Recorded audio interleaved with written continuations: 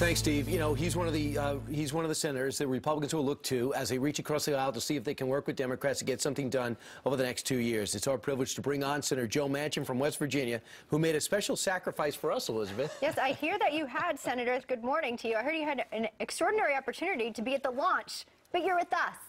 I'm with you. That's exactly right. Well, we have votes too at 10 o'clock, but I'm still with you. That's the most important thing. Well, all right. We appreciate your time here. If we could just quickly pick into your expertise and opinion here on the grand jury's decision not to indict in the Garner case, the chokehold death here in New York. What is your opinion of that? There's something wrong. There really is, and I understand it. And like I said, the policemen and the cops and the professionalism that they have should be your friend. You should be looking at them to protect you. Your friend, they're there to assist, they're there to keep order. And when something goes wrong, we should be looking and finding out what's going right in other parts of the country. I can't speak, I'm not a lawyer, so I can't speak on the legal matters here.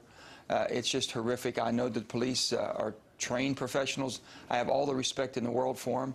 But on the other hand, these are horrific situations to where people lose their lives. And I can't imagine a child, a parent losing a child, or someone losing their life like this. I'm sure it wasn't intended. Right. Are you comfortable with the mayor's tone and the president's tone and the attorney general's tone yesterday? You think that makes things better or worse?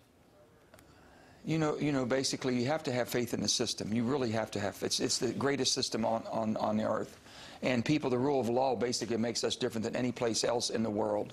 With that being said, it's not perfect, and we've got to make sure that we are tolerant, but we have to make sure also that people are well trained, cameras, whatever it would take. But the bottom line is every locality is responsible. It's not going to be all governed out of Washington. I don't think the Founding Fathers ever intended for this country to be run out of Washington on the day-to-day basis or minutia. I really don't. So, and there you focus on the state's role here, really taking a look at what's in the realm of their responsibility. Speaking of, there are reports that say that you're eyeing a return to the governor's seat. What can you tell us?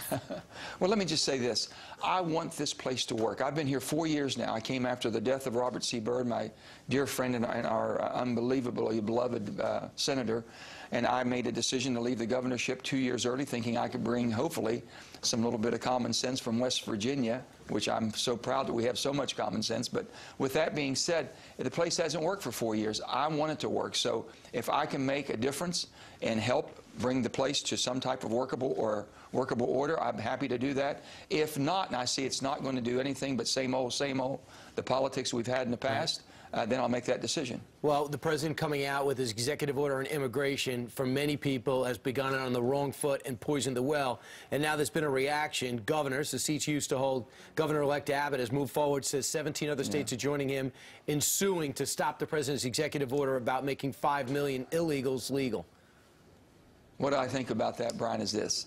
First of all, what the president did, he followed the piece of legislation that was passed overwhelmingly bipartisan. It was put together by 4 Democrats and 4 Republicans that I respect immensely. I voted for it because the most important thing, it secured the borders. We put more effort to secure the borders than ever before in any piece of legislation I've ever seen or voted on.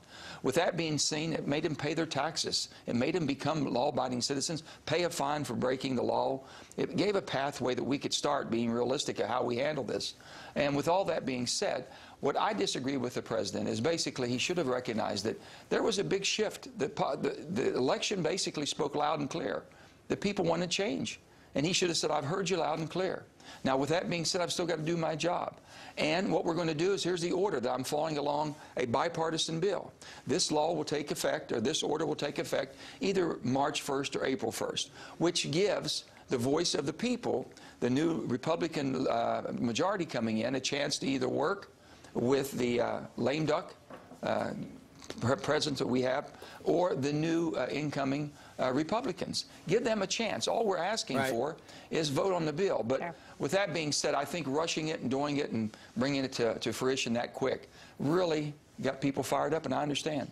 I want to refresh everyone's memory here. You have a quote about the president in Time magazine. You said this: there's an old saying my grandmother would say, people don't care how much you know until they know how much you care.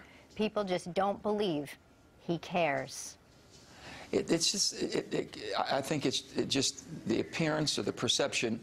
You know, people need to know you feel their pain. They need to know that basically you know where they're coming from. You know how difficult their lives are, how concerned they are about education, how concerned they are about the changing of America. And is it for the best? But basically, you know, we had problems on the border. And, you know, we can't be the child care center for the world. We can't be the law enforcement center for the world. What we can do is basically keep America strong, that we can help people out of compassion. And if they don't feel that your leader has that compassion and doesn't come across compassionately, it's just another speech, it's hard to basically get through. And my grandmother, beloved Mama Kay, she used to say, Joe, don't worry, people really don't care how much you know until they know how much you care. So it better come from the heart. And if people don't feel that, and I think that could be a little bit of a problem, and seems to be. I think we're better off if you guys get something done in the Senate, and you ladies, and you stay in the Senate. This way, you continue to work across party lines. Senator Joe Manchin. I'm ready to do something, Brian, and I've reached out to my friends and my colleagues on the Republican side. I said, let's get something done. Don't make the mistake that we made as the Democrats. Well, that's certainly great to hear. It is. Senator, thank you for joining us this morning. Thank you for having me. And choosing us over the launch. Wow, what an honor. At least watch us as we watch the launch together. Thanks so much, Senator. Sure thing, Brian. All right, see you. Up next.